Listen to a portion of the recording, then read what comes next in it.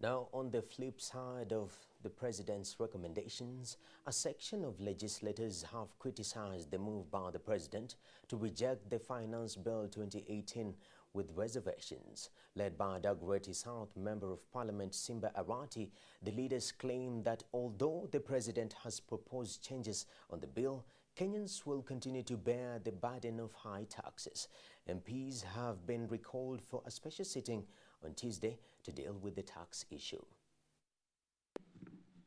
Improvements in service. The reservations by President Uhuru Kenyatta to have the VAT on petroleum products be slashed from 16% to 8% has been felt with criticism by some members of parliament who feel it's a burden for Kenyans.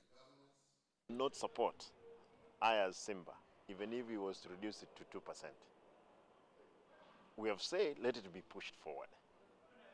For us to be able, first of all, to examine ourselves, to examine the systems, and check where there is wastage.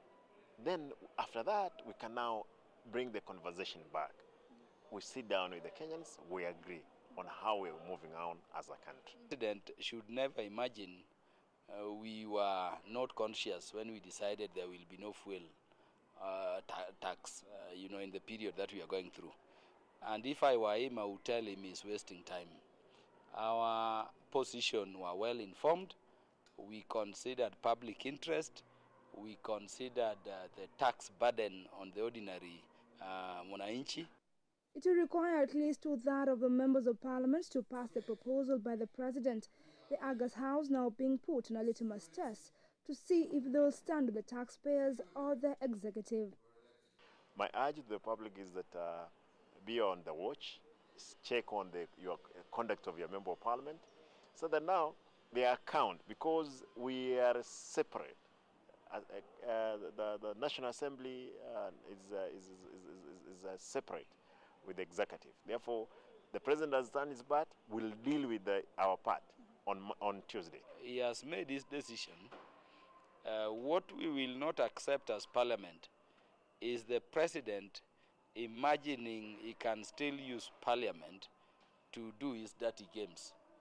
He is no longer seeking re-election. And I want to warn fellow members of parliament, especially the new ones, that you are duped into being absent on that day so that parliament does not have quorum. The people of Kenya will be taking a register. You would have signed off from leadership come 22. Parliament had sought to scrap that VAT bill, but now it seems that the government has no money as it is. Cabinet Secretary Henry Rotich being blamed for floating loans that are now burdening the taxpayer. I returned it to Parliament. Therefore, for the Treasury to come now and start crying, they know where they have gone wrong. Let them be genuine to the Kenyans on their expenditure and how they are correcting the money in the country. Therefore, it's up to them, and we want to tell them, is not the Kenyan who has been pushed to the wall that you want to kill the same Kenyan on the wall. Before his big resolve on what was now becoming a big elephant in the House, the issue of 16% VAT on petrol, the president, since jetting back in the country from China, has been said to have been held up in meetings to discuss on alternative measures on the matter. You know, when you touch fuel, you've touched food, you've touched drugs, you've touched all the basic services people need to survive on.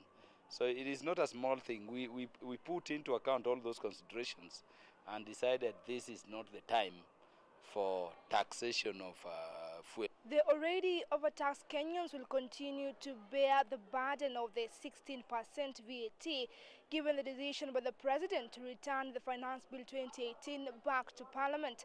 This issue being said to be a litmus paper to the members of Parliament to see if they will consider the public outcry or they will be hoodwinked by the executive. Irene Mwangi, KUTV, Nairobi.